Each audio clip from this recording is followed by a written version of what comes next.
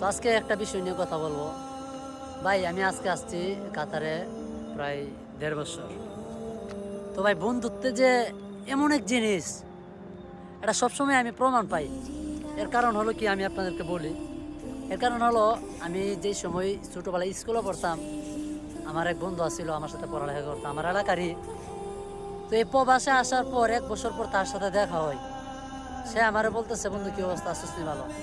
তো ভাই বন্ধুত্বের যে কি একটা দাম, আর বন্ধুত্বের যে কি একটা গুরুত্ব, আপনি যদি আপনার বন্ধু না থাকে, আপনি জীবনে কল্পনা করতে পারবেন না।